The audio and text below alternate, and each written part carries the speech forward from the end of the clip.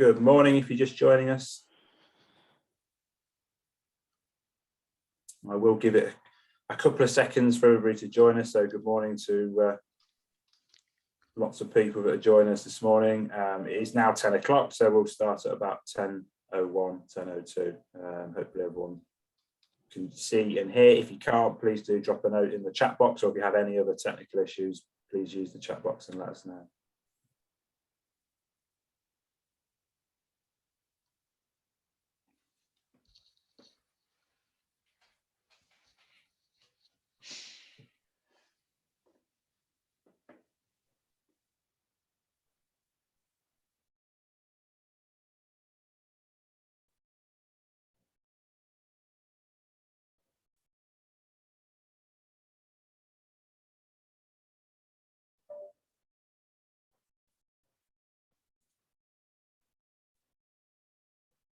Okay, so I think people are still loading in, but in essence of time, I will start things off. So good morning and welcome to join us this morning for Make UK, the manufacturers organisation's webinar on health and wellbeing, the importance of mental health.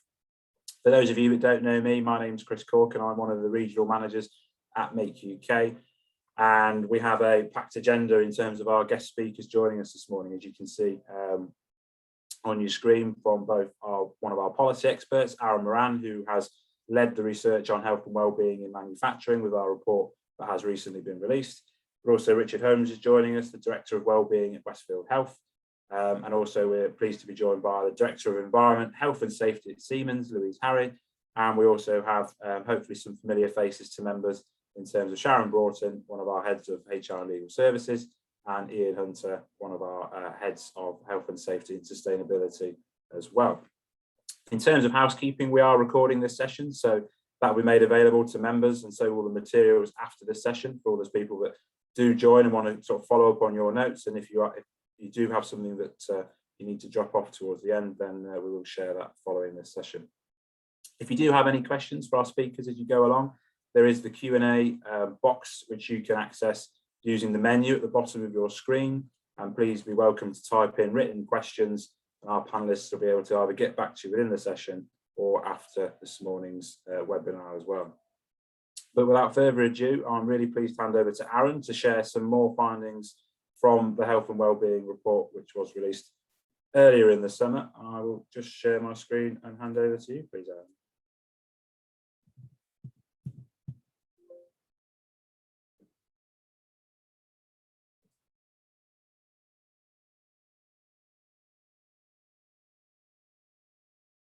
Can you see that, Aaron? Apologies, my computer just froze momentarily and I was panicking to try and gain control just before you passed over to me. So apologies for that slight delay, but bear with me a second, I can see that. That's perfect. So as Chris alluded to, I'm Aaron Moran, Policy Manager at Make UK, and led on our mental health report that was recently published at the beginning of August with the title of Health and Wellbeing, the Importance of Mental Health. So I'll probably give a slight bit of background about why Make UK looked at mental health, and then go into some key stats and statistics from the report, and what we're asking for government on the back of our research. So I'd probably kick off by just saying, in recent years, manufacturers have realised and have come to the realisation that keeping highly skilled staff that they've trained and invested in is obviously not only vital that they look after the physical employee, but also the mental health side. It's no longer enough to provide sort of good working conditions and facilities, but also the mental health and well-being of the employee is as critical as looking after their physical health. While physical illness has typically dominated sickness absence over the past years, now what's come to fruition and also demonstrated in our statistics and our research is that mental health and stress and similar conditions as such are now taking up companies' short and long-term sickness. So we thought it was a good idea to address it.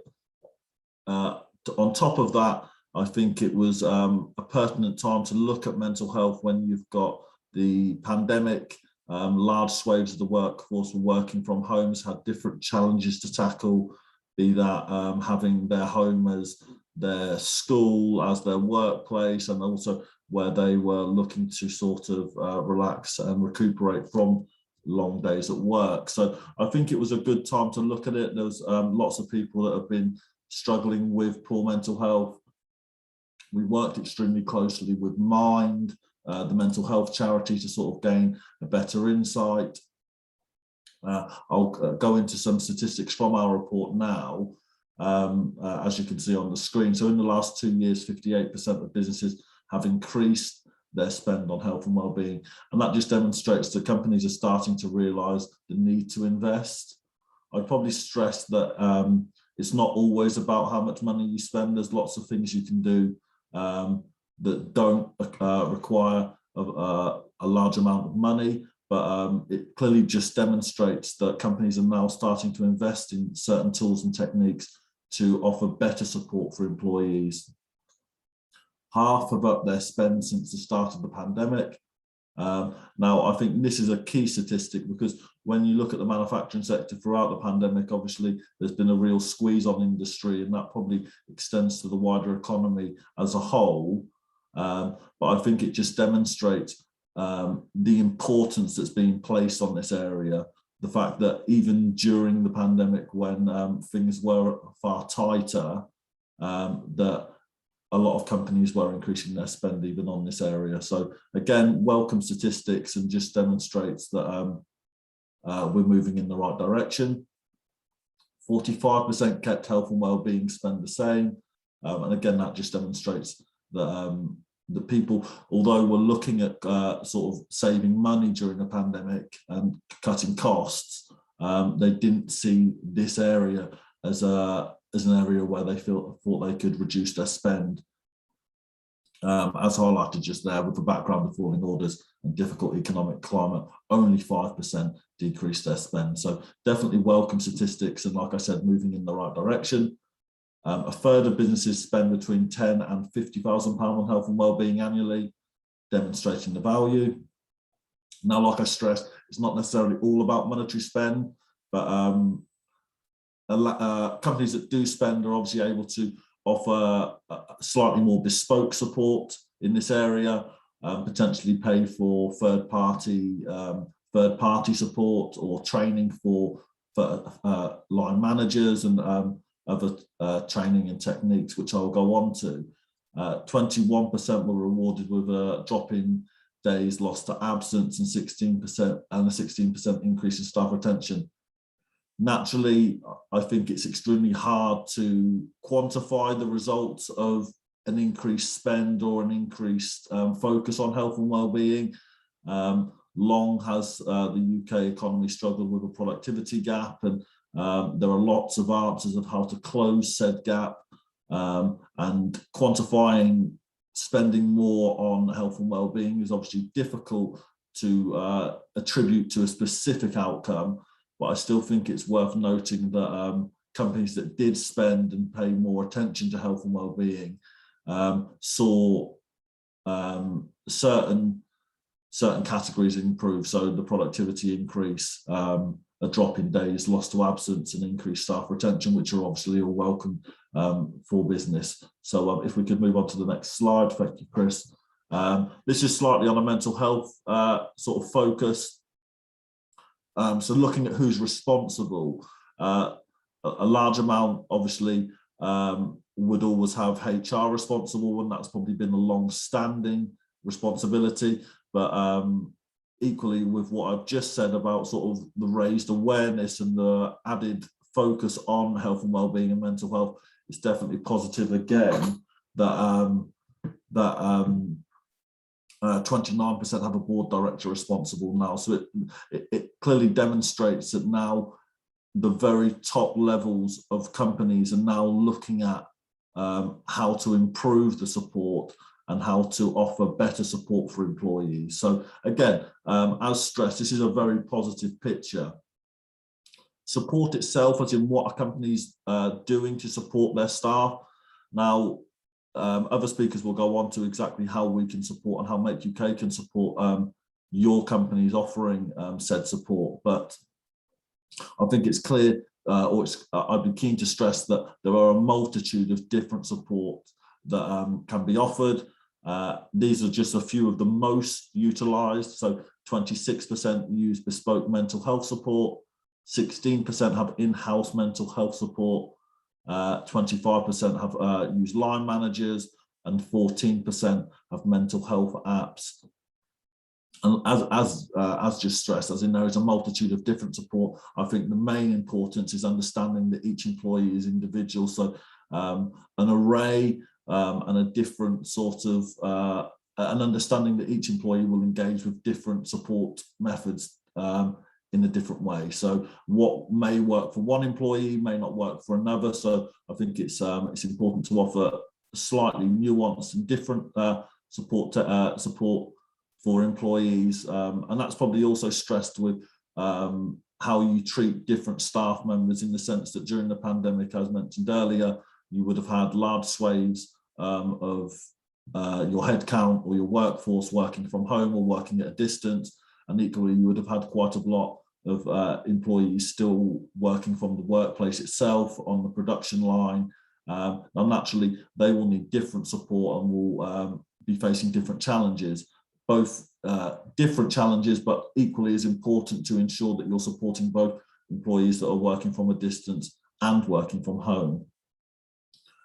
Looking at how companies engaged with their staff over the past 12 months, as you can see, 31% had regular calls, 27% utilised video calls, and 18% held all staff events. And again, we've got a speaker later on that will speak about exactly how they supported their workforce during the pandemic. But again, as mentioned, it's important to offer different tools, because each employee will probably engage with those tools in a slightly different manner. So positive that there's an array of different engagement strategies there, from all staff events through to sort of the more regular video calls and the like. 52% offer training to managers, 29% are planning to offer, and 18% don't currently offer and have no plans to offer. I think the 18% may be a bit misleading, in the sense that, of course, offering training in the workplace for mental health and how to manage mental health, especially for first-line managers, is definitely welcome, and is definitely a way of supporting your workforce. But equally so, the ones that don't plan to offer training doesn't mean they're not placing any less importance on it. They may see it as to allow for third-party companies to actually offer the support, and line managers merely just signpost. So a lot of companies that may not offer the training may still have an extremely thorough and comprehensive support in place. It's just their first line managers will signpost rather than actually attempt to offer the support themselves. And then barriers to offer better support, you've got 12% that state monetary costs, 17% employee engagement, 20% time constraints, and 17% lack of subject knowledge. Well, the lack of subject knowledge can be obviously easily solved with further training and more awareness being picked up throughout the workforce. And I'd probably just mention one of the other barriers, which is time constraint, which is important to just stress that although obviously it is hard to find time for support to support your employees, it's extremely important that this is business critical and this takes priority. I appreciate that obviously there are many things that throughout the working day that need to be addressed, but mental health and well-being should really be placed at the heart of when you're engaging with your employee, because a happy and healthy workforce will naturally be more engaged and more productive. I'd probably just end on mentioning our calls for government. So during the pandemic, statutory sick pay currently or is due to end tomorrow, I believe, or at the end of the month. During the pandemic, statutory sick pay was actually allowed to be claimed from day one for COVID-related illness. Having worked with Mind closely and sought their insight as well as a thought leader in this space, we will be calling on government to actually extend that statutory sick pay for day one, for a right for all to be able to claim that, and not be considering some workers will be reluctant to take time off because they know that statutory sick pay doesn't come in until day 4, and they're then sort of wrestling with the idea of taking time off but not being paid, and then having the quandary of, do I go into work ill or with poor mental health, but probably not be working at 100%, or do I take time off that I probably can't afford to take time off because I'm not getting paid until day 4? I'd be really interested to seek your thoughts on Make UK's potential new campaign of day one SSP for everyone. But we've got poll questions later that are that will seek your insight and input for.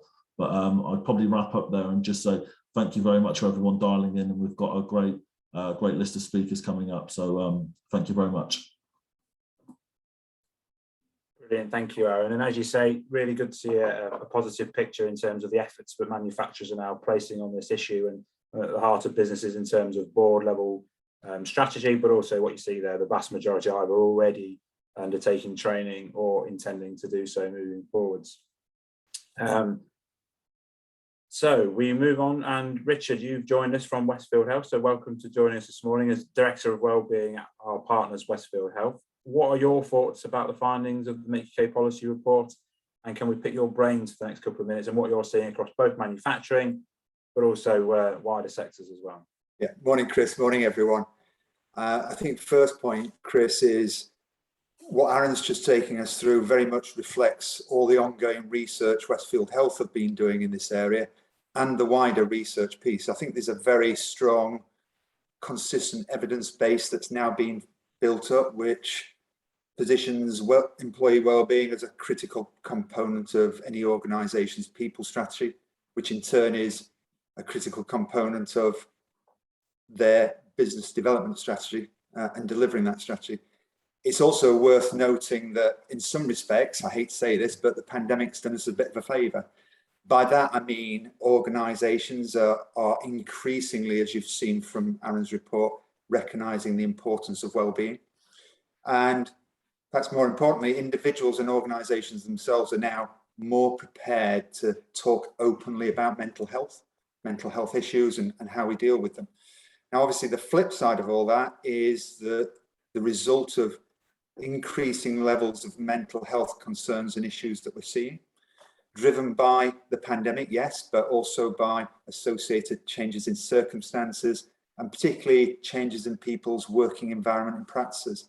But I would like to say it's just worth noting, whilst we have a huge focus on mental health, and rightly so, we mustn't lose sight of the need to maintain a holistic approach to mental well-being. So our physical, social, financial well-being are all integral in terms of supporting and promoting good mental well-being. No, absolutely. And we're joined by a large number of organisations on the call this morning. What businesses should be doing in the first instance when developing an approach to supporting employees and their mental well-being? Well, I think from what we've seen, and probably everybody will recognise it, it's quite common and natural actually for organisations to look at immediately how they can manage that risk by implementing services such as EAP, counselling, that type of thing. Now, whilst they're important part of the overall approach, personally, I don't believe they're the solution in their own right. What we tend to see is the most effective strategies have at their heart prevention.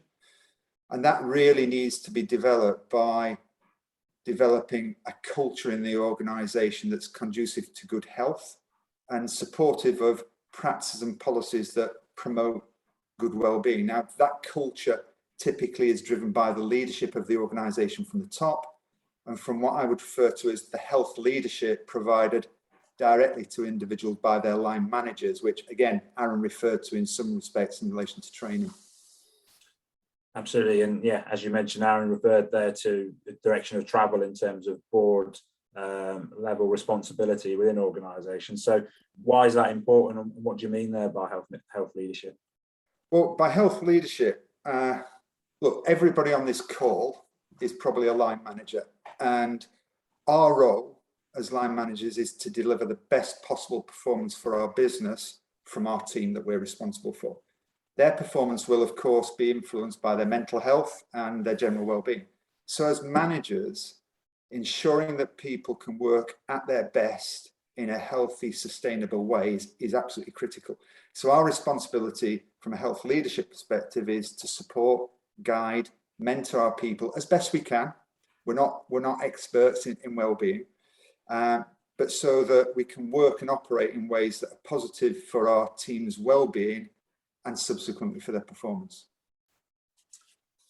And as you say, a large number of people will either be business leaders or line managers, but what can we do as colleagues and managers in terms of team members' mental health and general well-being?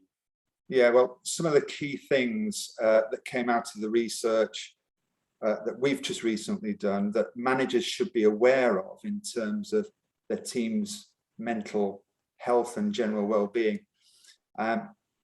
Latest bit of research we did showed that 62% of employees admit they've been working more hours since the start of the pandemic. I'm sure that will ring true for most of us on this call. 59% said mental health is driving them to consider changing jobs. And Aaron inferred right at the big outset of his piece about the importance of well-being plays in sort of retaining our top talent. Over half felt that they were less than a month away from burnout, which is really quite worrying. Yeah, and you've shared with me the research very recently, and there are some really worrying stats, and you just recounted some of them there. How do you start to tackle that? What takes the priority in that? Well, I think without doubt, the theme of this conversation, most people agree, is sort of mental health. And the top 3 mental health challenges reported were too much work, unhappy with the work environment, financial pressures. Now, all things that we as managers and organisations can influence to some degree.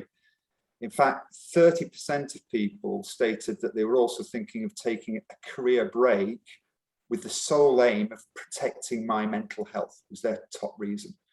Now, that's the main driver. More traditionally, we've seen people take career breaks for traveling, raising children, that type of thing. That's taken a much lower priority to people recognizing the importance of their mental health.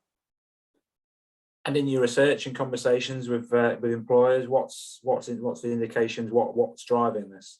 Well, the suggestion is it's all about pressure. So as our working lives continue to adapt, the extra hours of work we're putting in, perceived lack of support in a lot of ways. They appear to be driving employees to this sense of feeling burnt out. So the pandemic has in some ways been central to this because it's transformed how we work. Many of us are struggling to balance our new working habits with our mental health needs. As I mentioned before, almost 2/3 of people admit to working more hours since the start of the pandemic. Now, when you run the maths on what everybody's saying, the average employee appears to be working an extra 3.75 hours per week. So that's roughly half a day extra a week. More worrying is that 1 in 5 people were saying that they're working an extra 10+ hours a week. So they're basically on 7-day working weeks.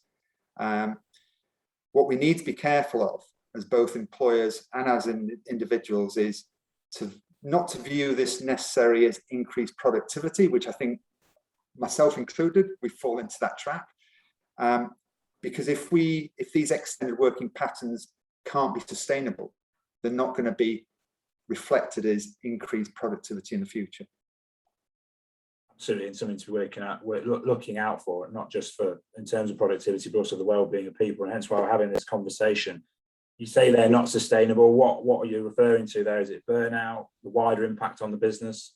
Well, we're looking at the impact of longer hours. Reduced social contact is a big player in this. Lack of support is leading employees to feel overwhelmed, is probably a more accurate phrase for most people. However, there's a large proportion of those that are seeing that feeling of being overwhelmed as almost moving to burnout.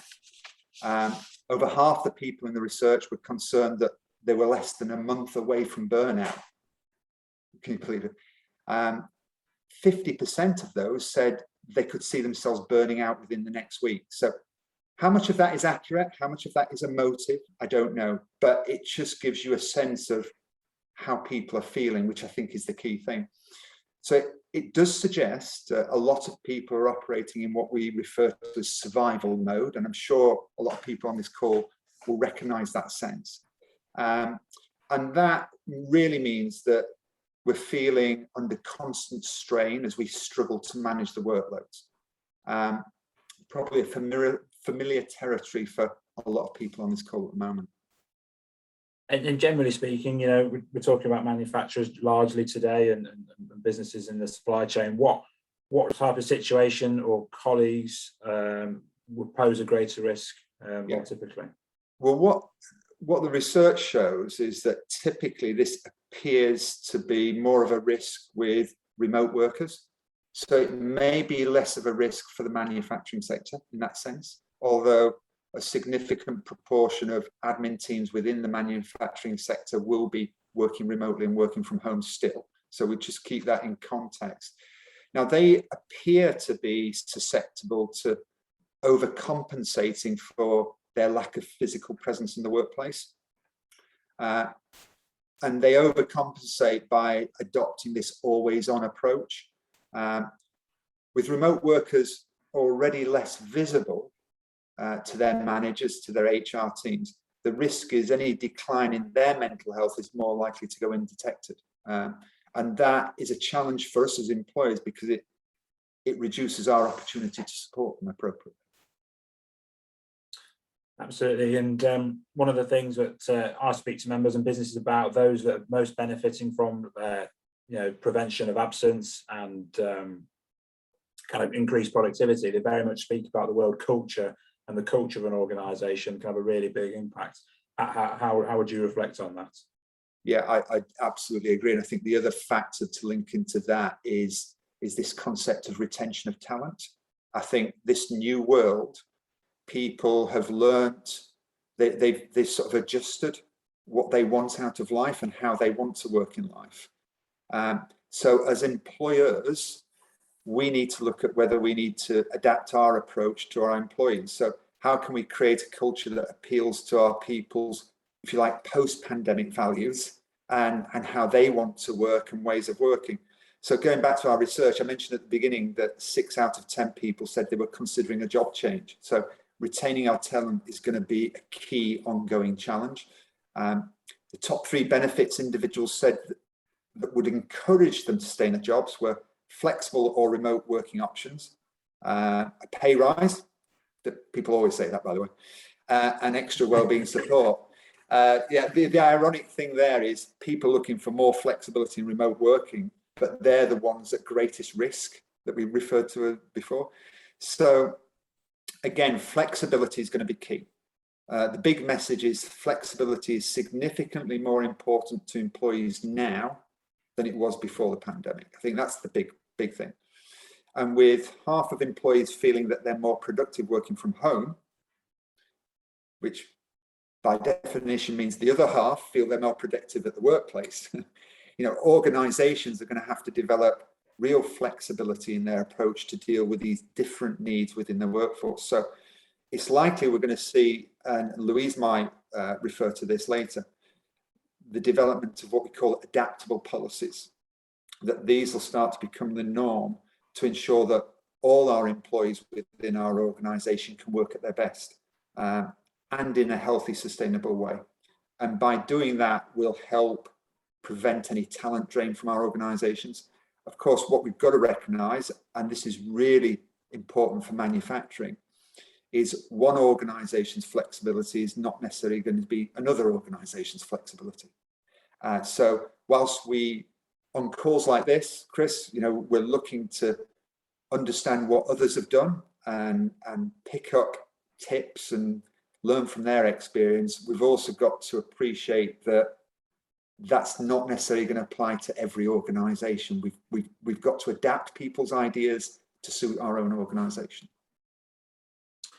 Absolutely, thank you, Richard. And it's also well worth mentioning, as a partner of Make UK, members can also access preferential treatment from Westfield Health on things like your employee assistance programme, those wider support for individuals with mental health helplines, etc. What we'll do now is move into our poll, because we've had a really good scene setting there from Aaron and Richard in terms of how the sector's benchmarking and taking this issue seriously and what's happening in the sector. But we're interested in those of you guys that have joined us this morning on what you're feeling, before moving into hearing from Louise and other Make UK colleagues about the practical things and best practice that people can do on this topic. So I will launch our questions, so please do fill them in. They will remain anonymous in terms of the answers, so don't worry about that. And I'll be quiet for a couple of moments and give you the chance to fill those in for us.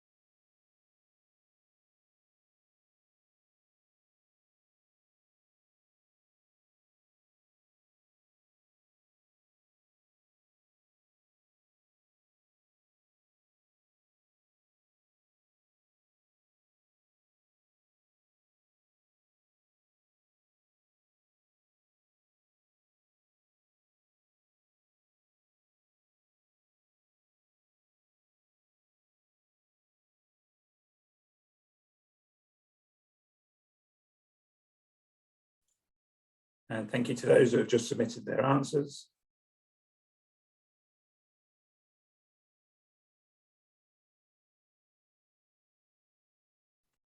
And I must say, please forgive if I've got a slightly croaky voice this morning, although the focus is very much on mental health. But the irony of running a session on well-being is why I've managed to reintroduce myself with a common cold, which is not happened for quite some time, given where we've all been over the last 18 months. I'll just give it a couple more seconds. I'm just expecting a couple more responses, and then I'll be able to share and show how you and your peers have responded to some of these things we've already discussed this morning.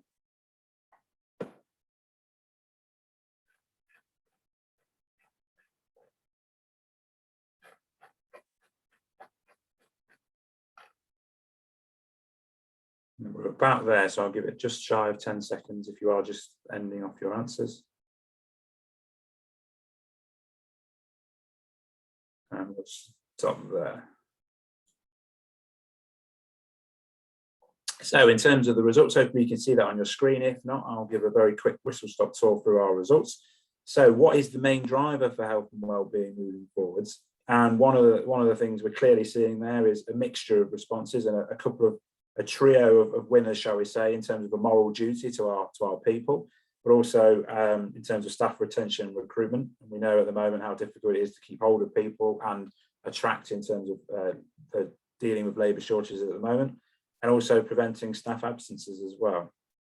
Really interestingly, a very low response in terms of people being motivated by a financial return in doing this, and a couple perhaps with another suggestion on other. In terms of the scale of the concern in your businesses, at the moment you can clearly see that it's a moderate concern. Thankfully, only a small percentage there at 13% are stating it is a large concern, which is encouraging, but clearly something to be focused on.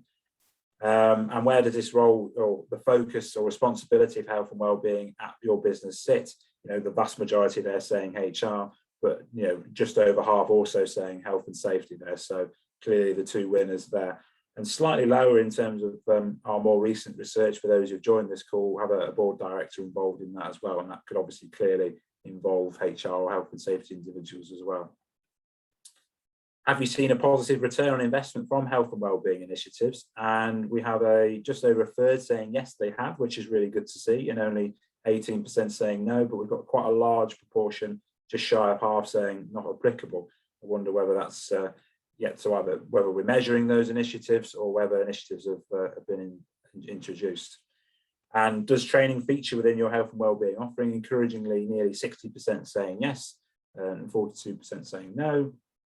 And in response to what Aaron was saying about Make UK's work with government directly on statutory sick pay, do you think that SSP should be available from day one rather than the day 4? The vast majority saying yes, a percentage saying unsure in there as well. And do you think SMEs should be able to recover all the costs of statutory sick pay? Appreciate not everyone on the call will classify as an SME, but 57% saying yes, SME should be able to, 19% saying yes, they should be able to recover the costs, and only 4% saying no, and 21% saying unsure. And we've thrown in a couple of questions of whether us or Westfield Health can also support you with some of these areas as well. So thank you very much for filling in our poll this morning, and hopefully some interesting benchmarking there for those that have joined the call. But as I said, we were happy to move in and hear from Louise Harry, who's delightfully joined us from Siemens this morning, and share some of the things that you've been doing across this topic within the business. So over to you, Louise. Thank you. Good morning, everyone. So my first test will now be, I do have a couple of slides to share. So let's have a look if I can do that successfully. Hopefully you can see those slides. Yes, I can, Louise. Super. Okay. So first of all, I was just going to give an overview really of perhaps the journey that we've been on through the pandemic. So obviously Siemens already had a very mature EHS management system within the business. You know, actually environmental protection at Siemens is 50 years old now. We've just celebrated our 50th anniversary on environmental protection, and health management and safety, you know, have been given that length of focus within the company as well. I think what has changed in the last 18 months, particularly within sort of the health and well-being space for us, is that the pandemic has really driven a much greater focus on whole life well-being. So, you know, it's that piece about not just dealing with perhaps well-being that was work-related previously.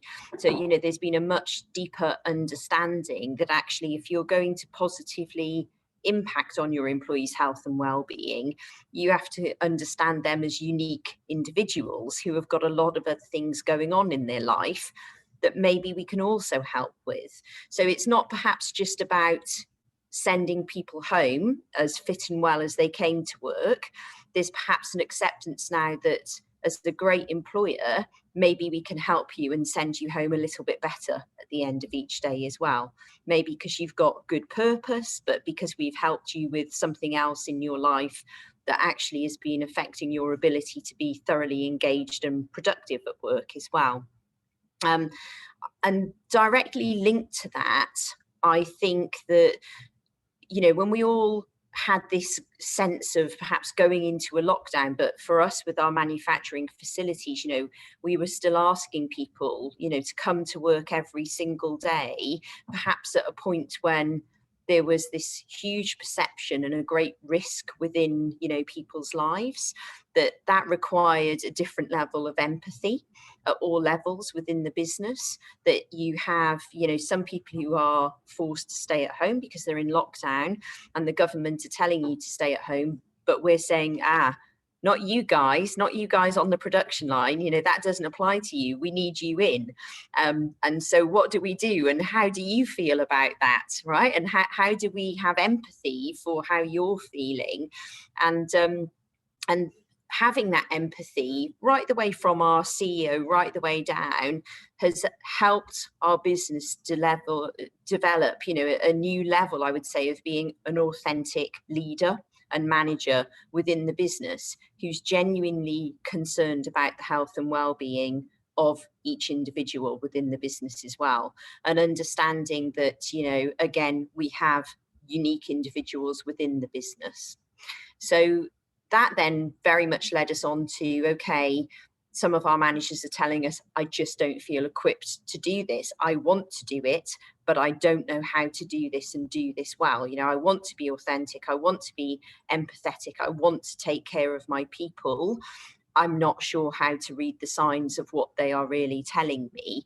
So that has led us to a very much ongoing program of the essential upskilling of managers in a different way. So a much greater focus on, you know, those soft skills, some very clear, direct training on having good conversations, for example, about mental health. And we've been using some really great role play actor scenarios, you know, that actually make you cringe, but, you know, they're a great offering, and our managers have found that very helpful. We've also recognised that you have to develop agile offerings that suit a greater range of circumstances. And that's not just about perhaps how you're delivering your health and wellbeing content, it's also about agile and adaptable policies, you know, that suit a greater range of circumstances. So for us, with our manufacturing communities, when we're in the first lockdown and we've got perhaps families, you know, who all of the family sort of work within one of our facilities, and all of a sudden they've got children at home who need homeschooling. So for the first time ever, you know, we experimented with split shifts on our manufacturing facilities that allowed people to do the work they wanted to do, but, you know, also be at home when their families needed them to be at home as well. So, you know, and these are policies that perhaps previously might have taken us a very long time to deliver, but we learned how to formulate and deliver and put those policies in place, you know, within a 2 to 4 week period, which for a business like Siemens, you know, was incredibly new. It was also about understanding that for us, in terms of health and wellbeing content, we had a big proportion of people at home. And we then still had, you know, all of our employees within their industrial settings who were going to have to perhaps access content differently, but in that desire, you know, to be empathetic and you know, share content, we also wanted to develop offerings that actually felt like they were bringing our communities together. So how do we rebuild communities when you perhaps don't have that face-to-face contact anymore as well? And then obviously the other huge change that we've had within Siemens is that globally, the business decided very early, so in sort of August 2020, that we would move to a permanent hybrid working model. You know, I think sort of 4 months into the pandemic, they had realised that actually we can make this work.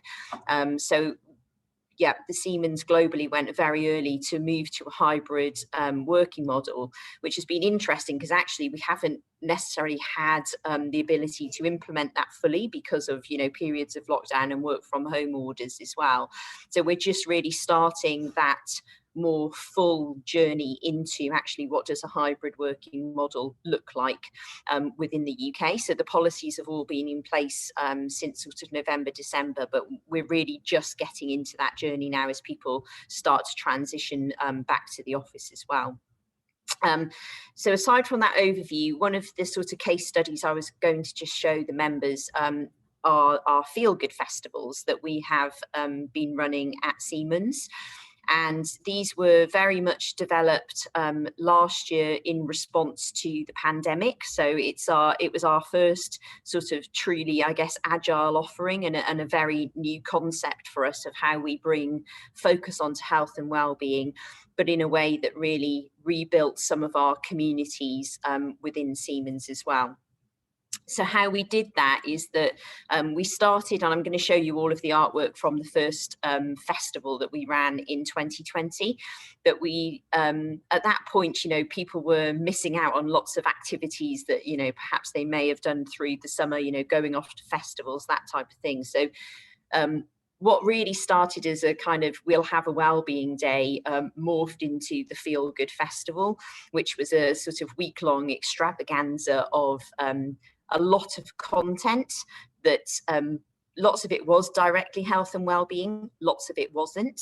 So we had a lot of elements in there about, you know, personal growth and how the business is doing, more traditional, you know, things And as well as sort of running these events through the day, we also ran some evening classes where we've had, jamming sessions we've got a lot of great musicians who kind of came together virtually and played and sang songs. We've had arts, drawing classes. We've actually run quite a lot of sessions for families around how you connect with your children, how do you manage homeschooling and your work commitments. Some really great sessions about teenagers and how to connect with your teenagers in a digital age. We've run financial well-being sessions, so with Nudge on, good financial management. We've had legal offerings, and then, things like healthy eating and some sort of headline sessions about how are you doing really, and just some really strong pieces in there about resilience as well. So all of that content was available virtually. So we ran it virtually for all of our people at home.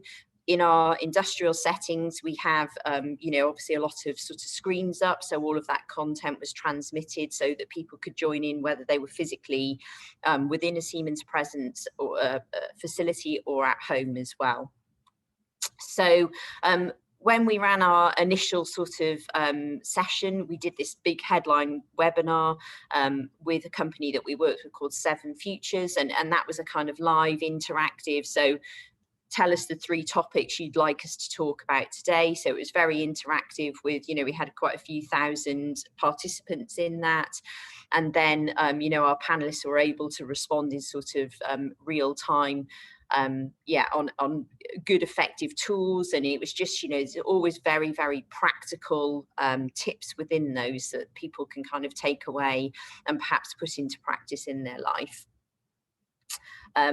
We did quite a lot of promotion, both internally and externally. So obviously at Siemens, we have our sort of internal network, Yammer, but actually a lot of our people are very active on social media as well. So one of the ways that, we built the engagement through the week was by use of, sort of LinkedIn and Twitter and our Instagram channels as well, where people sort of, generally access their content. So, and actually this was, a very new concept for Siemens globally. So it then had a really good push globally and was picked up. So Cedric Nyker is one of our managing board members globally. He'd picked it up and, done some promotion externally.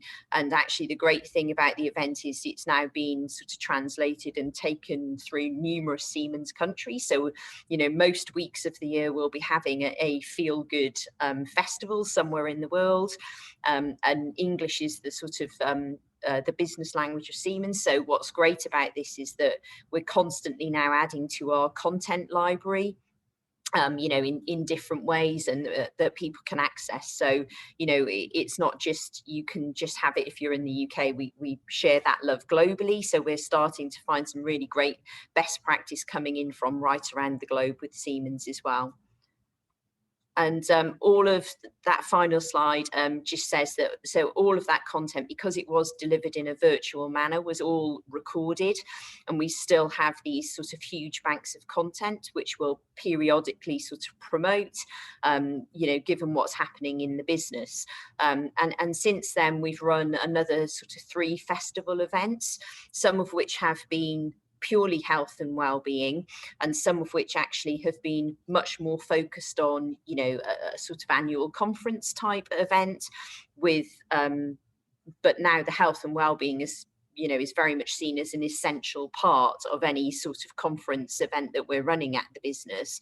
And we know that we have that ability to be agile and deliver it in a way that is suiting the business. So I think what's brilliant is that perhaps it used to be, this sort of bolt-on offering that was there with the business. Now it's seen very much front and central and is a very essential part of any event that we're planning. So that has been a really great shift for us over the last 18 months. And that is the end of my slides. So that was a whistle-stop tour through Feel Good at Siemens. Brilliant, thank you, Louise. I find it really interesting how you decided to kind of communicate that and use the kind of more personal channels rather than, in addition to perhaps more regular and traditional ones as well. If you do have any questions for Louise, do pop them in our Q&A box as we go along. But otherwise, thank you very much, Louise. And I'd like to hand over to Sharon Broughton, one of our heads of HR and legal services with Make UK, on a kind of broader practical tips around wellbeing in general. So over to you, Sharon. Thanks, Chris. Just bear with me while I share my slides. Bear with me. There we go. Okay. So I'm Sharon Broughton. I head up our HR and legal commercial team here at Make UK. Excuse me, sorry, frog in my throat. And generally, we support all manner of our HR and legal clients with various project work. Health and wellbeing is really prevalent, obviously theme in most of the work that we do. So whether that's more of the negative end of the spectrum with workplace disputes and grievances, or more of the positive side, supporting employees with some of the strategic planning and implementing those wellbeing initiatives. From our work, and obviously with all the evidence we've seen today and general supporting on the subject, I think it's obvious to say that a happy employee is clearly likely to be more productive and engaged when they're at work. So that's not only supporting the business's commercial objectives, but also supporting a more harmonious and inclusive culture for all. So how do we go about facilitating a happier workforce? I thought I'd look at that topic from a HR perspective, because obviously Aaron and Richard have covered the statistical side, and Louise has obviously given us some examples there of what they've been doing at Siemens. So the first point to consider with your wellbeing strategy, and it's good to see here I've used the same terminology as Louise and Richard were using around authentic wellbeing strategies, and making sure that when you're looking at that, you conceiving and embedding those within your organisation. Can you say that they're truly authentic and they're going to be pervasive throughout the whole of your organisation? So as quite a few of you said on the call today, wellbeing isn't a quick fix.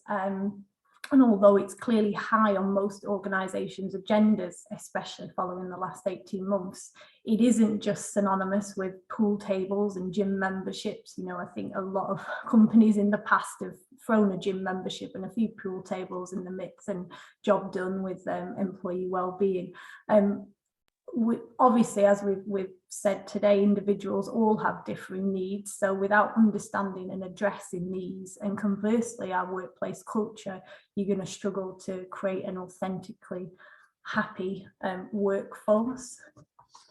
So what does that mean? What do we mean when we say a happy workforce? So individuals, like again we've referenced today, they've got their own needs and requirements, so one size fits all is clearly going to be unlikely to succeed. So from my experience, the best way to approach this challenge is to gather the data and find out what employees actually want and would value from you as an employer. When I say this, you may be sort of worrying and thinking, oh gosh, I'm not sure I want to ask employees exactly what they want, because I might be opening up a can of worms, as we're probably unlikely to be able to provide everything that they want. But the answer in addressing this is to do it in a more structured way via an employee survey. So within this, I'd suggest you frame the questions having already done your homework based on what you know you can offer. Or if you already have offerings in place, just ask the employees to rank what they value the most, and maybe adding some additional items in that you're considering bringing in. These additional benefits can certainly supplement our working lives, but they're not a substitute to an authentic wellbeing strategy prefaced on a robust workplace culture. So, as I think it's been referenced already today, unhealthy behaviours in managers and leaders can quickly trickle down through the organisation. So, for example, managers who work long hours and never take holidays, the expectation and the example that they set is then the normal, and therefore other employees emulate this behaviour, which clearly is going to undermine any wellbeing strategy that you try to embed. So leading by example is one of those phrases that's commonly used. I'm sure you've all heard it, but in this scenario, when we talk about employee well-being, leading by the example can be truly toxic if things aren't led from the top. Again, this is an area I suggest that you tackle with the employee survey, so including questions around the tangible perks and benefits, but then moving on to look at feedback from employees around their experience of managers and leaders in the organisation. So just as an example, within Make UK, we use a structure with our clients when we're putting together wellbeing surveys that focus on 7 key areas that are known stressors. So this is actually based on the HSE's 6-factor model, and then we've just tweaked that and added a few extra things to look at the employee wellbeing piece as a round. So what we do is we look at these areas and we frame questions around demands. So we're looking at workload, work patterns and work environment. Control, so focusing on, for example, how much do people have over the way they work. The support, so broken down in 2 areas, so from managers and peers, so looking at things like encouragement, the resources provided by the organisation, line managers and colleagues, their role itself. So do people understand their role within the organisation, and does the organisation ensure roles are not conflicting? The relationships they have in the organisation, so are they positive? Do they work to avoid conflict? Do they deal with unacceptable behaviour? Change, obviously we've had a lot of change over the last 18 months, so how is that change managed and communicated, whether that's large or small? And then the final one that I know Richard mentioned, the actual hours spent on work. So number of hours they spend on at home or in work, and that home health impact that has. So the reason we do it this way, and we obviously tailor it accordingly to suit the organisation, is hopefully this will help you assess culturally where you have problems, and whether that's by individuals making those problems or behaviours that have just become common practice throughout the organisation. In order to succeed in gathering this data, though, and use it meaningfully, what we always suggest is that you're completely transparent in the process, and you make a commitment from the outset to share and act on the results. And one of the things we always suggest that you do is put together a working group of employee reps to involve in putting the action plan together once you've received the results from your survey. As we know, employees love to feel heard and empowered, and as such are much more likely to buy into any initiatives if they feel they've played a part in the journey to get there. So picking up on what Richard and Louise said about obviously training your people managers, it's obviously clear that managers and leaders can turn a happy and confident individual into a stressed and underperforming and lacking individuals. And when you've got an inexperienced manager, they'll always look to blame external sources for issues around motivation and productivity. And that external source is often the team. So as an organisation, you obviously have that responsibility to adequately train and guide your managers to obviously create that happy and harmonious team. So you've done your employee survey, you've gathered your data, and you've identified some issues with working practices and line managers. So in order to properly conceive a wellbeing strategy, you need to consider not just the general population of employees, but the well-being of the leaders and managers. They need, just like everyone else, regular feedback and the tools to do their job. So if you haven't given them that adequate training to be leading by example, to embed that authentic well-being strategy, you're failing them rather than them failing you. Obviously, you've got that performance management option as a tool if things don't work out, but obviously that shouldn't be your go-to stance initially. So the toolkit for the manager, which again, picking up on Louise's point for the training side around employee well-being, is a really important area. And one of the areas that's often overlooked is the soft skills side. So the skills that they require to be supportive and empathetic people managers. Areas like handling difficult conversations and fostering inclusion, so topics that have become kind of popular at the moment, so micro behaviours and self-awareness, they're all really important for line managers and people managers to have that supportive and empathetic approach. People often do act differently at work when they feel out of their depth or they feel exposed. So rather than criticizing or triggering a defensive response, managers should be able to talk to people about what learning, support or development might boost their confidence. Supporting people's professional development is a great way to engage and motivate. And obviously to do this, the managers need to know they've got the right knowledge and tools at their disposal. One of the other things that might seem twee, but as an organisation, celebrating success will have a considerable impact upon happiness levels, and it's going to help motivate your teams. So often we're so focused on the next thing, but inclusive organisations will always make time to celebrate the success of individuals, so recognising and valuing their unique differences. There are many ways that you can look to do this, but the key there is to ensure that you look at immediate feedback. So maybe that's in a weekly catch up dedicated to whatever successes they've had in the week, but also monthly equivalents to take a longer term view, and then regular one-to-ones to show that, you know, as a business and as a manager, you're committed to their growth. These are going to obviously be especially important within a hybrid organisation. So what does good look like? 3 key questions that I'd say you need to tick off when you're looking at that sustainable capability to drive and embed your well-being strategy. So what do your employees need to create that feeling of happiness? And then secondly, what do managers and team leaders need to create a happy work environment for the team? And finally, what does the business need to do to make sure a happy workplace is a sustainable norm? So for employee, oh, sorry, my computer is decided. Oh, I've not finished, guys. I've just pressed the wrong keys, bear with me. So for employees, what we're saying with the employee side is they have got to feel empowered to understand their own needs. So, you know, we're obviously talking about employee well-being.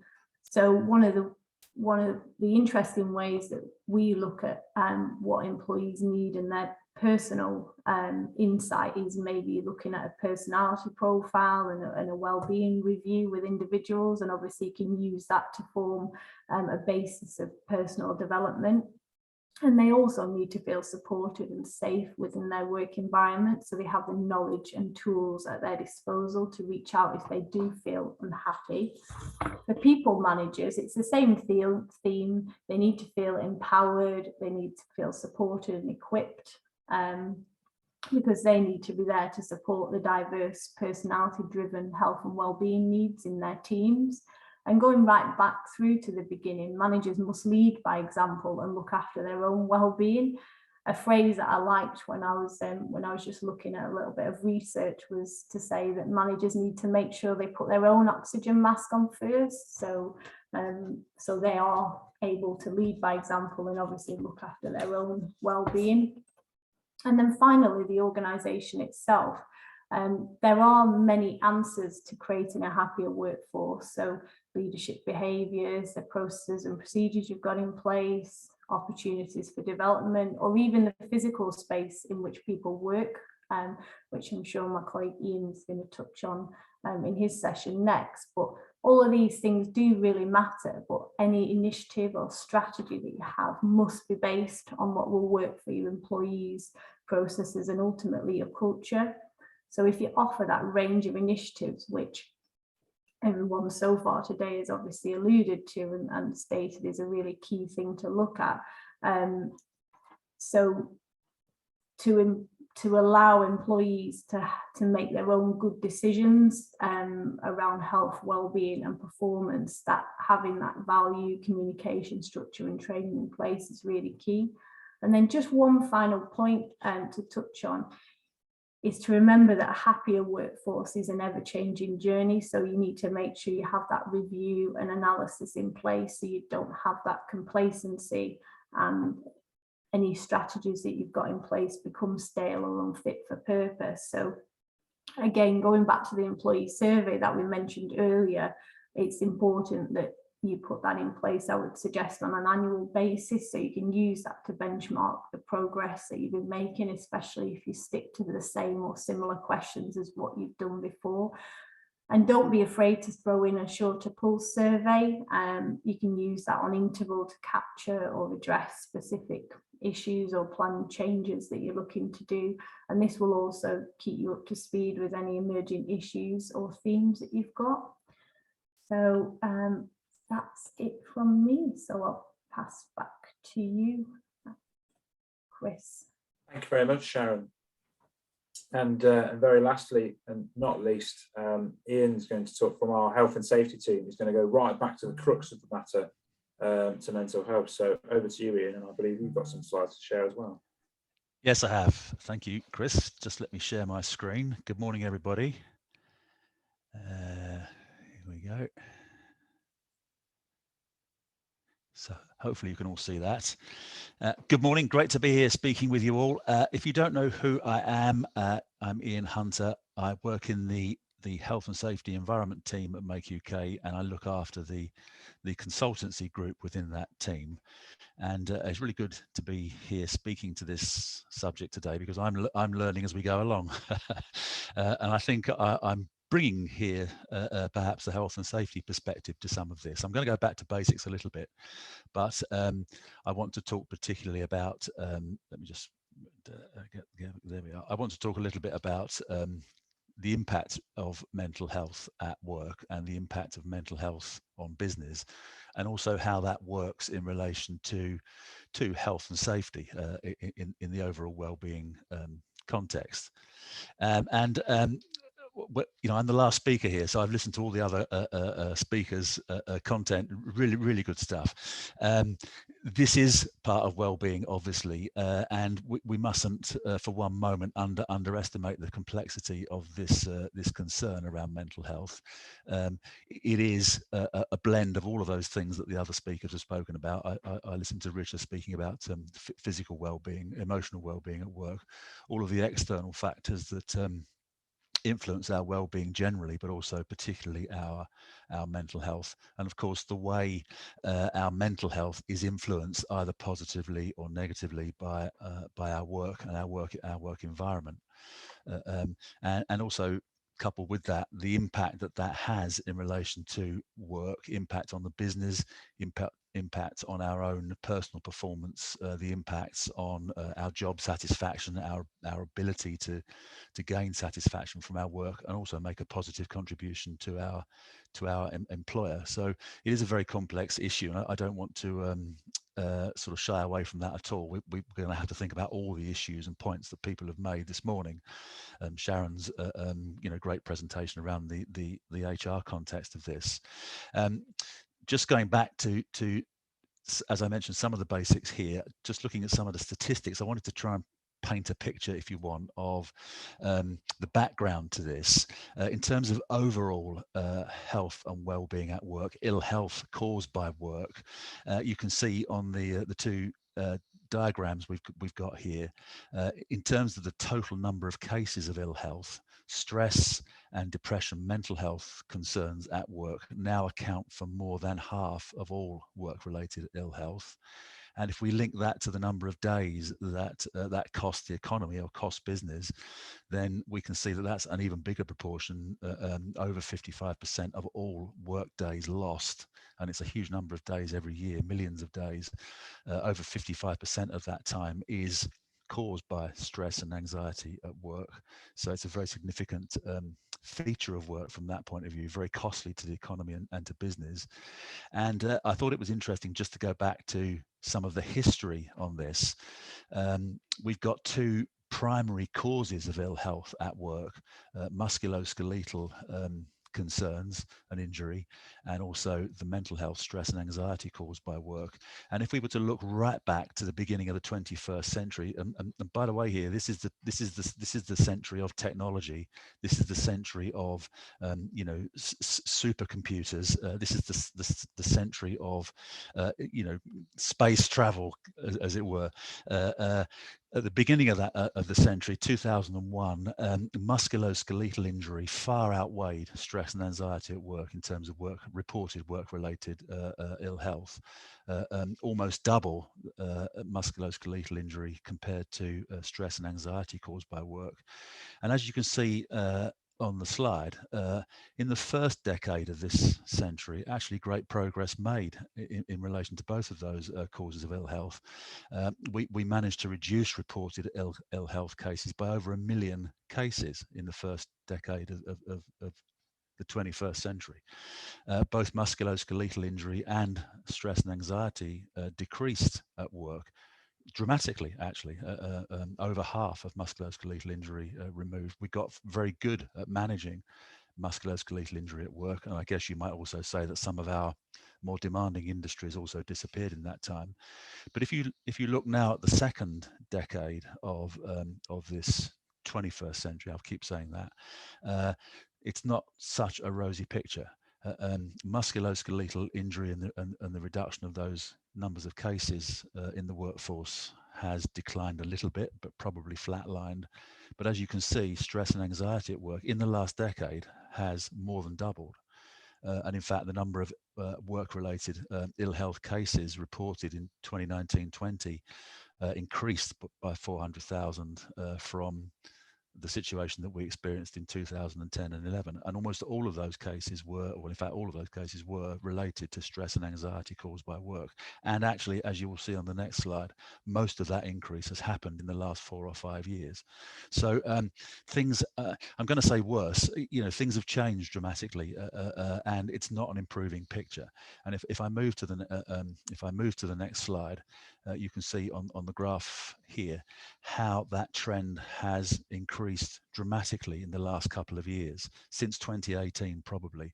And you might say that actually right through until 2015, 2016, the rate of stress and anxiety reported at work was relatively flat. But actually from that point, an increase has taken place. And actually, as I say, in the last year or two, the increase has been dramatic and substantial. We've gone from 1.5 million cases to 1,000 cases per 100,000 people, another 1,000 cases added to that per 100,000 people in the last 2 or 3 years.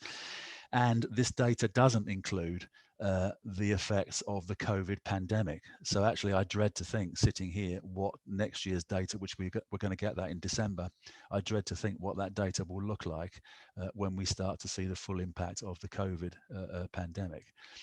And another point I probably would make around this, just linked to the also to the cost of absence. Those numbers that I've just shown you, they're representative of the total UK workforce, but I'd be happy to bet that they are also representative of the demographic in most business organisations. Particularly if you run a large business, it's quite likely that the demographic and the breakdown of ill health in your business is similar to the national picture. So actually, musculoskeletal injury has been declining in your business. It's costing you money still, but it is declining. But actually, the nature of stress-related ill health has increased dramatically in your business and is probably costing you lots of money, but also costing your people lots of pain and anxiety and discomfort and poor performance. And I would also probably add to that it's harder to misreport musculoskeletal injury than it is stress and anxiety. And I would also be happy to bet that those stress and anxiety numbers are substantially underreported, that there are far more stress and anxiety cases at work than we actually realize, and we can see from this data. So it's a much bigger problem than that number the data presents. I'll just go back to that slide actually. And also probably that increase is much more significant because of the unreported cases that we have in the workforce that we don't know about actually. And actually think about our own situation. Probably everyone listening to what I'm saying here, including myself, and all of us, we have all dealt with stress in our working life. I certainly have. We know what stress feels like. We know probably we could see for ourselves where stress was going to go if we failed to manage it or failed to deal with it in some way, into a very serious situation for many people. And it is probably, all of us have felt the stress. Actually, how many of us actually reported that stress, actually discussed that stress with our line managers, actually sought help with that stress? I think that far fewer people seek help and get help than actually have stress, if you understand what I'm saying. So it's a very critical problem from that point of view for most businesses, and is costing us, the economy, and all of us, in terms of the downsides of stress, the financial impacts of stress, is costing a lot of money. And just to pick up here, the second point I was making there, really about presenteeism. If you look at the numbers on the screen here in terms of productivity, 1.8 times as much productivity lost at work through people not being able to function effectively because of their stress, as there is absence from work. So the presenteeism problem at work and the problems caused by stress, people with stress or working with stress who are actually at work, is much more significant than the number of people who are actually off work sick with their stress illness. So another very important point there about the kind of cost to business resulting from mental health problems at work. And I just wanted to link that, I think, moving into some of the points that Sharon was making here. You may have seen this kind of diagram before. It's quite widely available. It's kind of the performance pressure curve in relation to stress. And the curve is kind of demonstrating how individual performance rapidly falls away once stress and strain starts to build up in the individual. We have the notion, if you can see my cursor, of the fantasy curve. We all believe that we can keep on doing what we're doing, and that is it presents a sustainable future for us. But actually that isn't the case. Even when we live in fantasy land, our performance is dropping off because of the stress that we're working with. So all those people that I mentioned before, the people that haven't reported their stress, the people that you don't know have stress, are all underperforming in their role and suffering with the consequences of that stress. And one or two of the previous speakers mentioned the importance of engaging the workforce, encouraging the workforce to contribute to business matters, encouraging the workforce to be innovative, to present their ideas, to make contributions to solving problems at work in all sorts of ways. And when we speak about the health and safety context of this, we're constantly talking about culture, how leadership influences culture, as Richard quite rightly mentioned, the way that we need to engage our employees in order to develop a positive culture in the business. Well, none of that can happen if the people concerned are dealing with stress. Stress overrides any potential for contribution completely.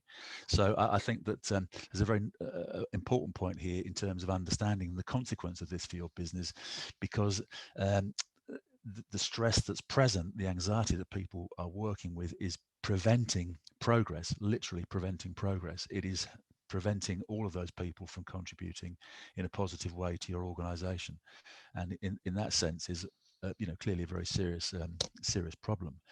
And I'm not going to get into all the kind of complexity that's been discussed by all the previous speakers. There is huge complexity around how to address this.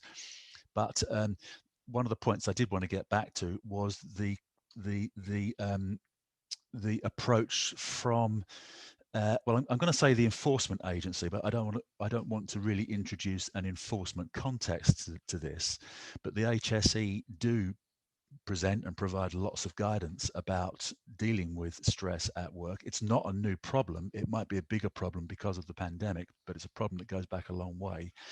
So some of this is probably not news to you completely, but part of the enforcement approach is actually risk assessment. And I was interested to listen to all of the other speakers, but I didn't hear risk assessment mentioned once in that discussion.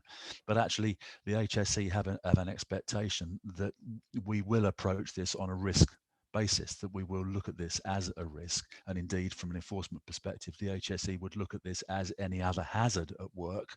It's a work-related stress I'm talking about here, really particularly, that stress caused by work is a hazard as is any other hazard at work that causes harm.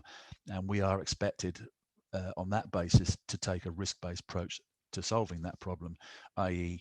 carrying out your risk assessment, a risk assessment that will be required for any other hazard under the management regs at work. And as you can see on the slide, I won't go through the slide and all the steps on the slide, but if you're familiar with the risk assessment process, you will see that the slide reflects the conventional method of the conventional approach to risk assessment. We're expected to do that.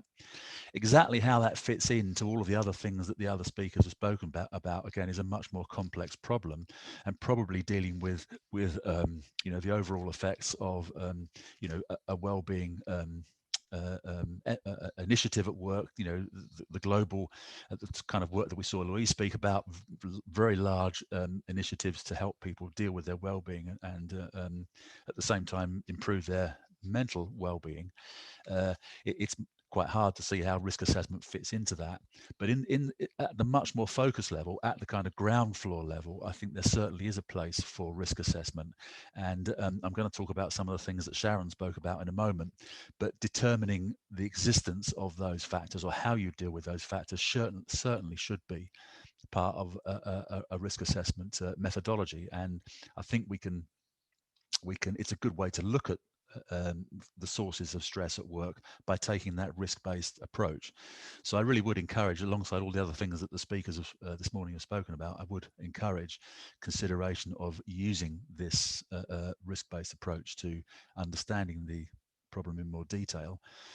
When it comes to the, and Sharon did speak about this, so I'm kind of repeating a little bit some of the things that Sharon spoke about, but the HSE again promote this approach alongside their risk assessment approach, the management standards, as the HSE call them, the 6 key stressors at work. Again, this is not new, so we're having to, as my comment at the bottom of the screen suggests, we're having to apply this to the current environment, all the home working issues that have been created by COVID, the hybrid working that Louise mentioned. It is a slightly different paradigm that we're working with now, but Sharon mentioned it, these 6 stressors are key and are really important and should form part of that risk-based assessment of the exposure that people are having to deal with. So I would just quickly go through them from my perspective, managing that pressure of work that people are under. So, how many organizations do make that assessment of the demands on people? How can you quantify the demands that we're making of people in relation to their work pressure? Difficult to do, but I think is actually quite important. And we've got to bear in mind, again, the complexity issue. This is different for individuals. It's different between teams. It's a very variable a situation that we're working with here. So understanding, what works for one person doesn't work for another. So we have to be very, very careful about understanding that, and management training and information will be very important to that. It's very difficult for people if they don't have any control over their work, and we may have all experienced this in some way. If you are not able to have any input to the way your work is carried out, the content of that work, the timescales perhaps that are needed to deliver that work, then that becomes in itself quite a stressful situation, and is quite a big driver, I think, of stress and anxiety at work, when demands over which you have no control are being made of you. That's a stressful situation. The way we provide support is really important. Again, this has been described in great detail by all of the speakers this morning. I think it does come down at some level to personal support. So being able to support within your team, and it does require managers to be able to identify individuals that might be struggling with stress who haven't mentioned it or raised it, but also to be able to provide that personal support to those individuals. And it does link to the next point down, working relationships. We do need to manage how people work together, but if you're a manager or a leader or a supervisor, you also need to be able to manage your relationship with the people that report to you. So what you do, I think Sharon mentioned this, what you do as a leader is critically important to how or whether people are stressed working within your team. So your own behavior can create stress in that team, but also the way you communicate, the way you talk to your team members does have an impact on their the way they feel stress and anxiety. Again, I'm sure we've all had personal experience of this in our own working lives. Your relationship with your boss is an important driver of stress and anxiety. That relationship needs to be right. The final two, the job role, making sure that people are compatible with the expectations and demands made on them, and they must be competent to carry out their job. It's a key health and safety requirement. Lack of competence leads to stress and anxiety for everybody. So making sure that people can do their job effectively, making sure that they can deliver those expectations is very important. And the final one Sharon did speak about is change is inevitable. Be prepared for change. And we've all seen these situations where, and indeed it was prevalent throughout the coronavirus crisis. We're just seeing the withdrawal of the support from government here. Is that going to lead to more change in business? We need to be alert to all of the stress that that's going to create when change comes around for all of the people that are affected by that change, not just the people that are receiving that change, but those people that have to manage and implement those changes as well. And I think organizations can be much more prepared on this front to deal with change in organizations. They can have that support ready and available when change comes around to deploy and help people deal with the change. So often we see organizations that are going through periods of significant change, but the impact of that change on people in terms of stress and anxiety hasn't been considered. And I think that's a really important point. The final point that I wanted just to talk about, and it's something relatively new, and it comes into the kind of compliance area, if you want, or management systems. We've all got them in some way, shape or form. We do have the new international standard for supporting and managing the psychological effects of our safety at work. So don't forget, we've got ISO 45001. Many of you probably have heard of that, the health and safety management system. Alongside that standard, we now have, published in June this year, ISO 45003. It's in the occupational health and safety management sequence of standards. It's a standard for managing psychological health and safety at work. And I really would recommend where organizations, all the organizations that we've spoken about this morning, who are actively, proactively looking at ways to support health and well-being at work, give some consideration to using this standard as a way of structuring the work that you're doing. Align it to your existing management standards, and I think there's benefit to be had from that. So if you weren't aware, that standard is out there. Make UK, we can obviously we can help you support you with the introduction of these standards. If you're not aware, there it is. Have a look, or ring up and give us a call, and we can talk you through what the standard requires. So I think that's it from me. Chris, thank you very much for that. I'll stop sharing. There we are. Brilliant. Thank you very much, Ian.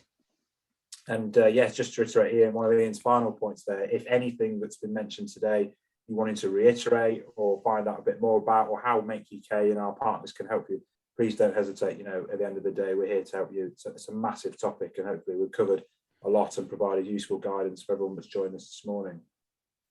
We've only got 1 or 2 minutes left, so we won't have time to go through the small handful of questions we've got, but I promise we'll go through and follow up with you if you have asked us a question following this session. And also this recording of this webinar and the materials presented will be made available to you members moving forwards as well.